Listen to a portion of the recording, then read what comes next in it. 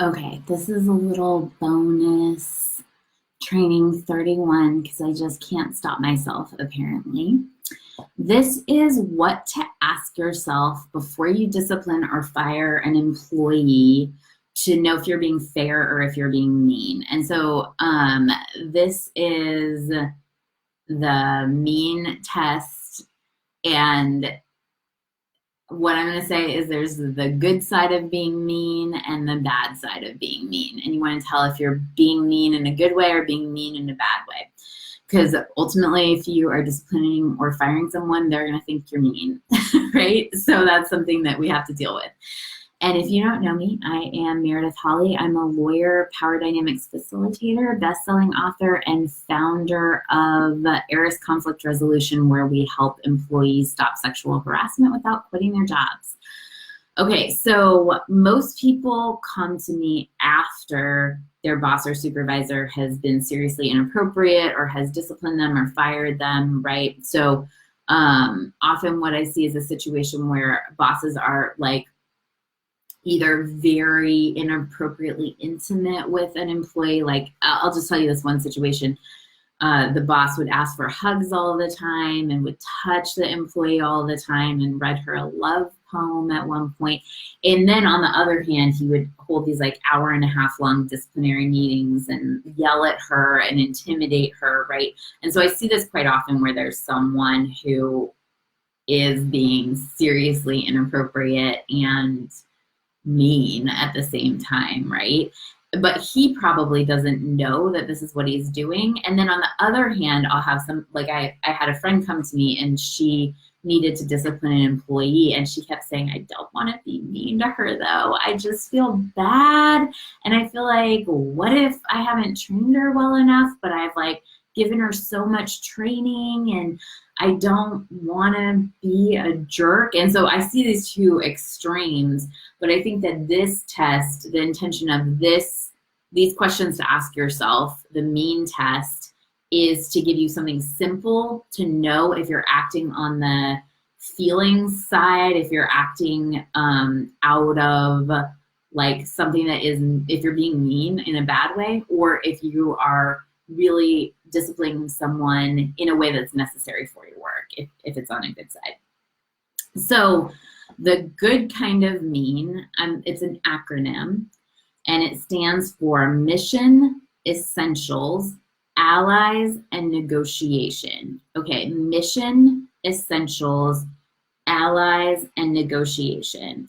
So discipline is a negotiation towards a goal of the employee achieving what their measurable goals are at work. Okay, so what you want to ask yourself anytime before you are disciplining someone, you want to ask yourself, what is the mission of this person's job and how does it contribute to the mission of the company, right? So you want to make sure you have a clear goal in the company, a clear measurable goal in the company, and you want to know how this employee's job contributes to that mission. If that's not clear, if it's not clear how this employee's job contributes to the ultimate client or the ultimate customer, then that's the first step of getting clarity, right? Before you discipline somebody, because they may just not know what they're supposed to do, right?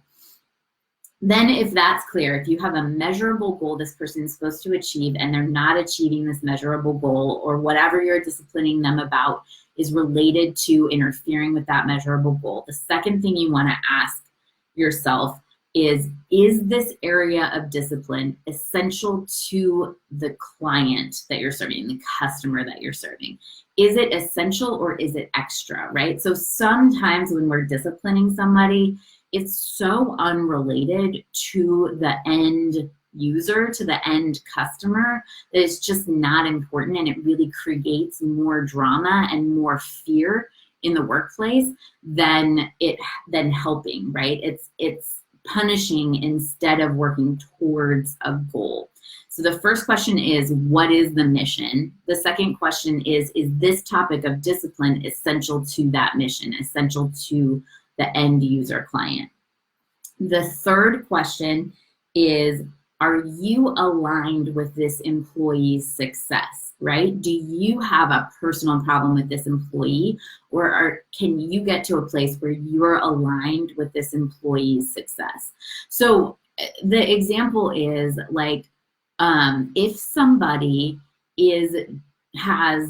okay, so I have an employee who is supposed to schedule a certain number of meetings every month, right? If her goal is 10 meetings and she schedules 5, I know that that is a measurable thing that she has not done, right? So I want to know how those 10 meetings are contributing to my ultimate service of my client. That's the first question, the mission question. The second question is my discipline of her essential to the mission of the client? So it's really different to discipline somebody for scheduling 5 meetings when they're meant to schedule 10 versus disciplining someone for like being late to happy hour, right? If they're late to happy hour, that might just be my feelings about happy hour, but happy hour is not essential to the mission, to the service of the client, right? Okay, so the first question is, what is the mission? That's M stands for mission. The second is this essential to the client, to the end customer? The third is, are you aligned with this employee's success? So a lot of times we think that, and this is especially kind of funny because I deal with sexual harassment, right? But a lot of times we think that love is weak, or that loving someone means we say yes to them, or even that love is associated with an inappropriate boundary at work, right?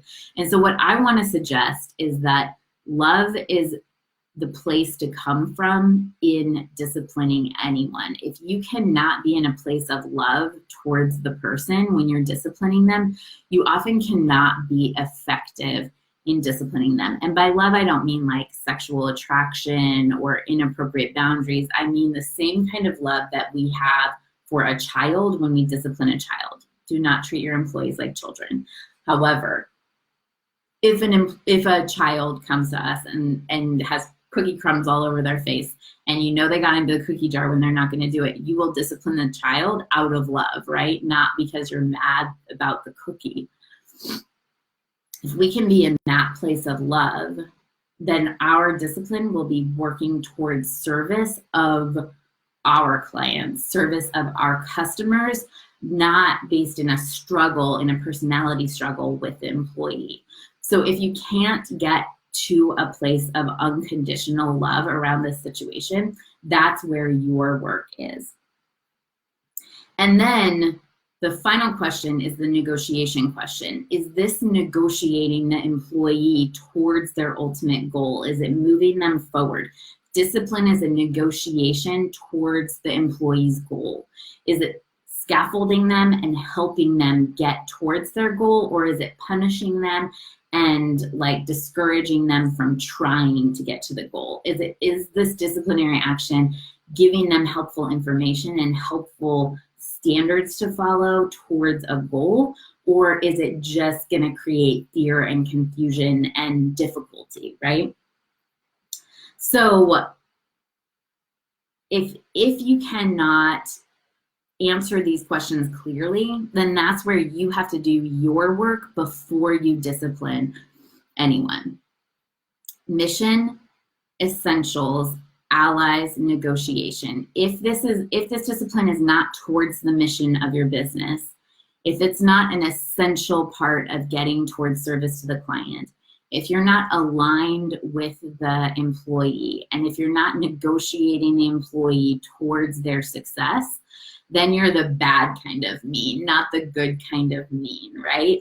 If you can't be in unconditional love in this situation and let them be angry at you and them think things are unfair while you help them get towards their success, then you're not in the space of being the grown-up, of being the person who's holding space for your employees to fail and then grow, fail and then grow, right?